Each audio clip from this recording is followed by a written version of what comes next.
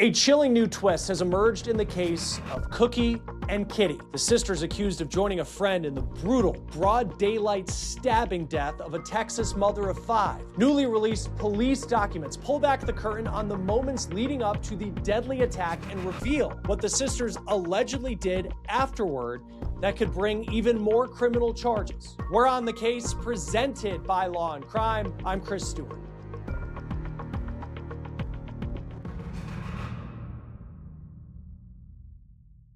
Many have wondered what could have led up to this altercation, and now we're getting a glimpse into it all with the police report that authorities in Del Rio, Texas sent us.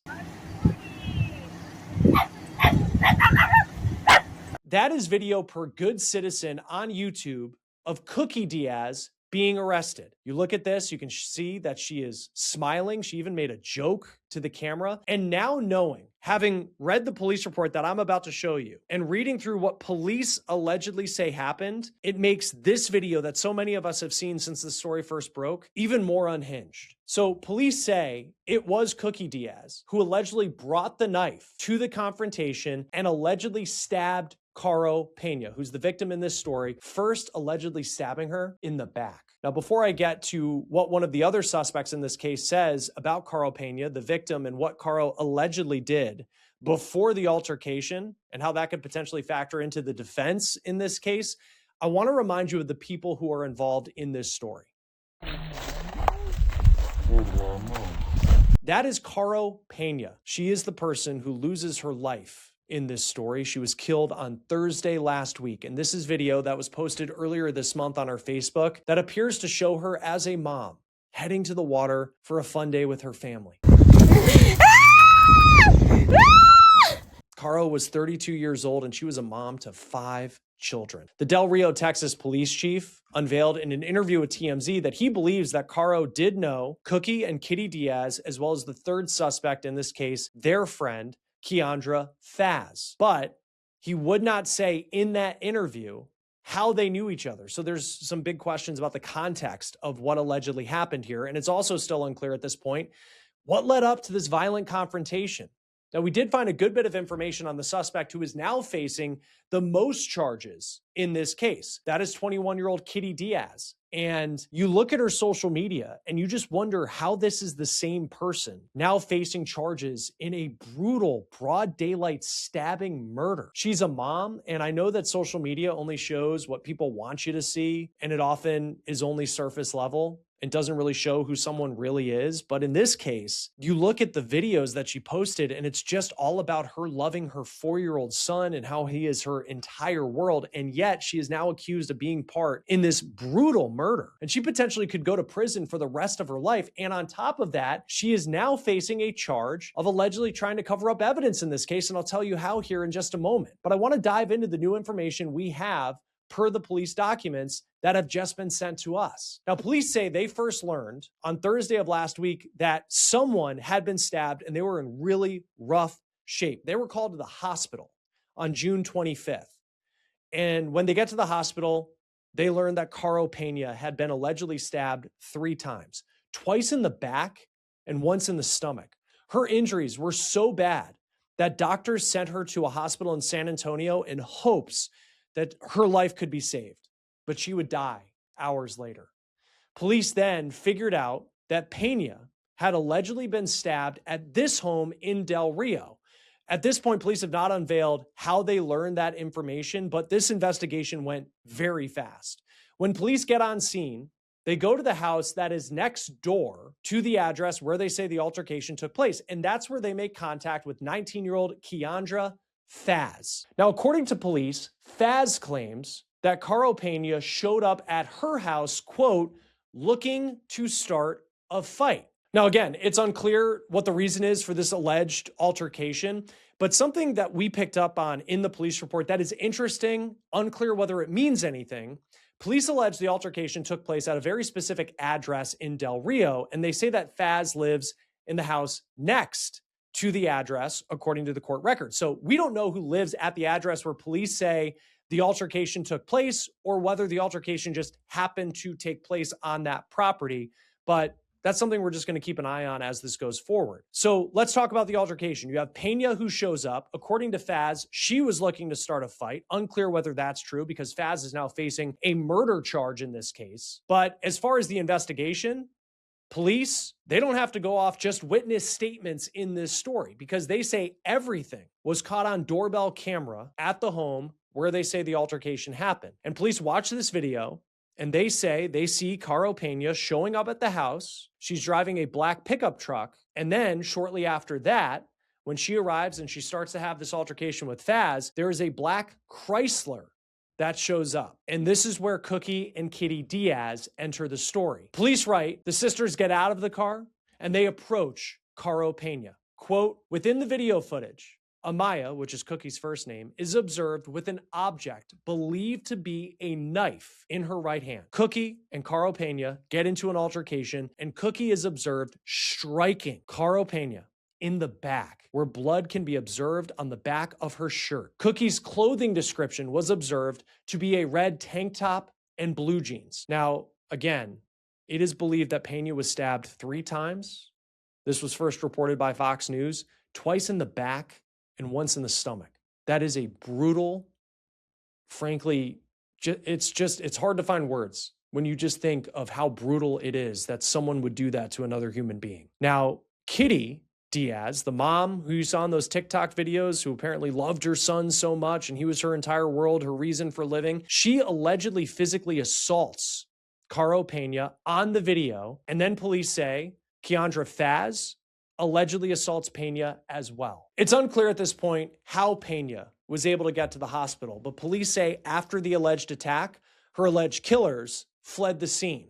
I do want to note just how quickly police acted in this case because it only took officers roughly 2 hours from the moment that they were called to that hospital where Pena was fighting for her life, only 2 hours until they were able to make an arrest in this case. Police say they tracked the Diaz sisters to a home on the other side of Del Rio, and that's where they say Cookie's car, which she allegedly drove to the fight, was parked outside. It's also important to note that police say on video during the fight, Kitty Diaz was wearing a pink tank top and blue jeans, and Cookie was wearing a red tank and blue jeans. Yet, when police see them a short time later at the house they allegedly fled to, quote, while speaking with Kitty and Amaya, it was observed that they were no longer wearing the clothing originally seen on the video footage, and they had recently showered as their hair was wet. Later that night, it was around 9 o'clock, about 5 hours after the Diaz sisters were arrested as well as Faz, that Pena lost her life, that she succumbed to her injuries at that hospital in San Antonio. These police documents say that Cookie Diaz, Kitty Diaz, and Kyandra Faz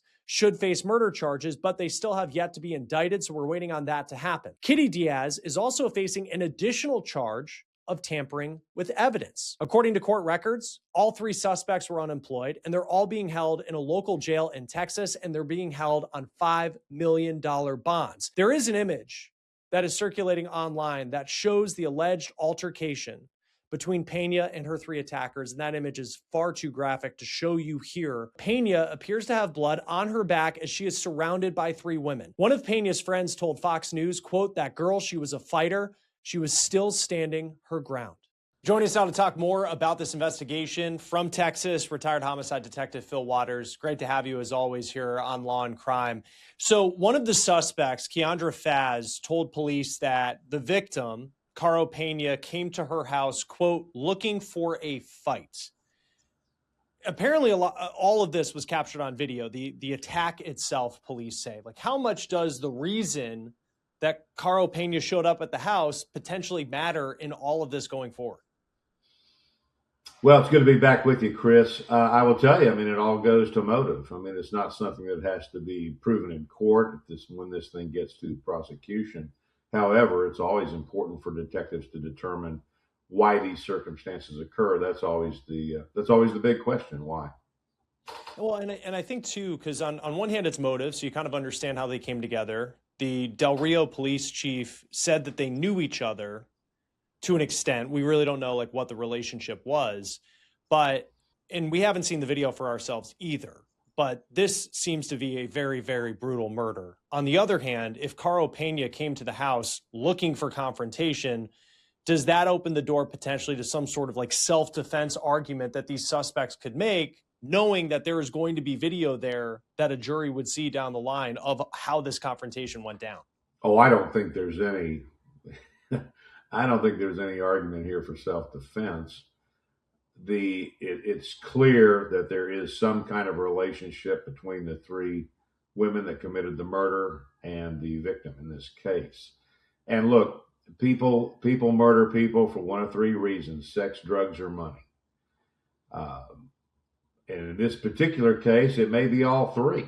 So there's going to be something, there's an interpersonal turmoil going on here between these women.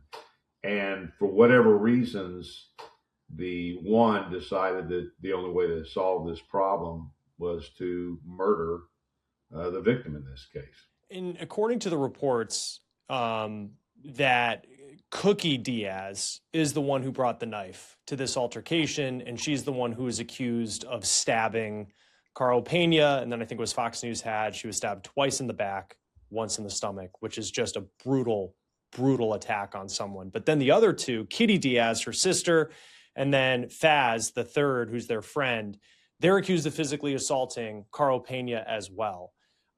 When it comes to the fact that only one person had the knife, though, does that factor into in any way an argument that maybe Kitty Diaz could make that, well, it was really my sister was the one who brought the knife, so like she's the murderer, I wasn't the one who dealt any sort of like fatal blow to this person? How does that work out in Texas law? Well, in Texas law, it's the offensive parties. So the people involved in this thing were all a collective. They were all collaborative in this murder. And so just because you have one that is actually dealing the death blows, the other two, their involvement in it puts them all in the same bundle. So no, the law of parties in Texas is going to get each one of them charged with the same offense of murder. Every single day we cover, very, very difficult stories. This is certainly one of them. You in your career as a homicide detective, I mean, you see, brutality on a daily basis and you work to solve that stuff. And I just think of this case, and so people can understand. I mean, the idea that someone in broad daylight would take a knife and stab somebody else. And sometimes I think we get desensitized to what that actually is like. But what stands out to you when it just comes to the brutality of this attack from what police have said? Well, look, one of the most personal ways to murder someone is the use of a blade, is the use of a knife, edged weapon of some kind. You have to be up close, you have to be personal, and you are feeling each blow. This is not like shooting somebody from a distance. This is up close, personal, and I would say the only other maybe more personal type of using some sort of method to kill somebody, murder someone, is strangulation. That's certainly more personal, but you're actually feeling the life of a person leave their body. But when these stabbings occur, these are, look, I'm sure people have seen, there's been all sorts of bladed weapon wounds on the interwebs. You've got these pictures and that kind of thing, and they're brutal. They're atrocious. To see a human body sliced open, these stabbed several times, especially when you start talking about multiple stab wounds. I'm a little surprised that there were only the kind of low end number of stab wounds on this thing. When someone, typically what I've seen is that when someone uses a knife and there's some sort of a personal animosity, there's a more personal relationship, there's a more, they're motivated by a hate for this individual, and they use a knife, it's usually something that gets out of control, and you get excessive number of wounds. But what's interesting about the women involved here, of course, we don't know the background, and that's my curiosity here. Mm-hmm. They went there looking for a fight. They got the fight. And at that point in time, the fact that there are video and those kinds of things, it doesn't make any difference to them. They're kind of myopic. They've got one thing in mind, and they went out and they carried it out. Well, and there's the video too of Cookie Diaz and Kitty Diaz being arrested. And like after, we did the story a couple days ago when this story first broke and we hadn't gotten all the police documents yet. There was kind of just a press release that was put out by the Del Rio Police Department. And then you see this video and they're kind of like smiling. In fact, they are smiling as they go. But Cookie Diaz is the one where you very clearly see her with a smile on her face. And then she even makes a joke to the camera. At that point, Caro Pena had not died yet. But if all of this is true, she is laughing as she's being arrested after stabbing someone twice in the back and once in the stomach, according to police. Just what, and you've interacted with people who have committed horrific crimes in your career. Like, how do you even make sense of seeing something like that, knowing what she's now accused of? Well, it doesn't surprise me. When I saw that part of this particular incident, I kind of went back way back, Krenwinkel and that crew with the family with Charlie Manson. I mean, they were doing the same thing, laughing and thinking this was a big joke. So sometimes you don't know what that is. Either she's just a cold-blooded person who sociopath, and maybe even on that level of a psychopath. I mean, the difference, at least in my simple definition between the two, is that a sociopath does something, commits an act like this, and they think they're justified in what they did. A psychopath, on the other hand, commits a sociopathic act and enjoys what they're doing. So I don't know if that's an indication here that she actually enjoyed what she was doing. I go back to the Carla Faye Tucker incident, the pickaxe murder in Houston. And that gal, she killed two people using a pickaxe, embedded the pickaxe into the chest of the female victim, and said later in an interview with law enforcement that she had an orgasm every time she struck them. So I'm just telling you here, when these types of events occur, it's interesting to watch the reaction in this case of the suspects when they are arrested. And it just, I tell you what, this video of the arrest and the laughter involved in it will not bode well for them in a trial. This is not going to put them in a very good light. Because that was my next question, because obviously it's going to grab headlines and go viral when you have a video like that and you see it and it's just shocking. Every single time you look at it, you're like, this is like, even if this wasn't a murder case, the idea that someone being taken away for what would be almost certainly prison time to be laughing in the hours after it happened is wild to watch. But like, from like, you're building your case, if you're the detective on this, like just that demeanor. And we don't know if they said anything in the police cruiser on the way back to the jail and where they're being held now. But how does demeanor like that factor into the case that you're building against them? Well, it's all part of the big picture, right? I mean, if I'm a detective that's going to be interviewing those women, you have to take that into consideration. And when you go in there to speak with them, you're not going to immediately address the way they acted when they were arrested. You're not going to immediately jump in there and start talking about the incident itself. I mean, if I'm going in there to interview, I'm going to try to establish that relationship with them. And I want them to, I want to start by talking about the relationship they had with the victim. So let's start there. How do you know her? What led up to this, and get them to open up, hopefully, and tell you what the motivation was behind this thing. And then when you've got multiple participants here, then at one point in time, you can start playing one against the other. So, and hopefully get more information, from each one of them. Well, and I always, and maybe one day we'll see the interrogation video, if there is that, if they ended up speaking to police and what they may have said.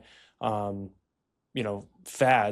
the suspect, she said enough to say that Pena came looking for a fight. But I wonder too, like, they probably didn't know that police had what I think is like doorbell camera of the entire altercation. Like when you're going into an interrogation, if they don't know you have that and you're able to see everything that went down, like how does a detective take that and then go in? Like, what is the game plan when you sit down with someone where you know that you have seen everything and then you're going to let them talk and tell their side of the story? Like, how do you use that video against them in an interrogation room? Well, that's a timing issue, Chris. That's something you're not going to reveal. I would find it hard to believe. I mean, in the world we live in now, the digital world, I would find it very hard to believe that they don't know that there are videos, that they don't know that there's maybe a ring camera there. I would find that hard to believe.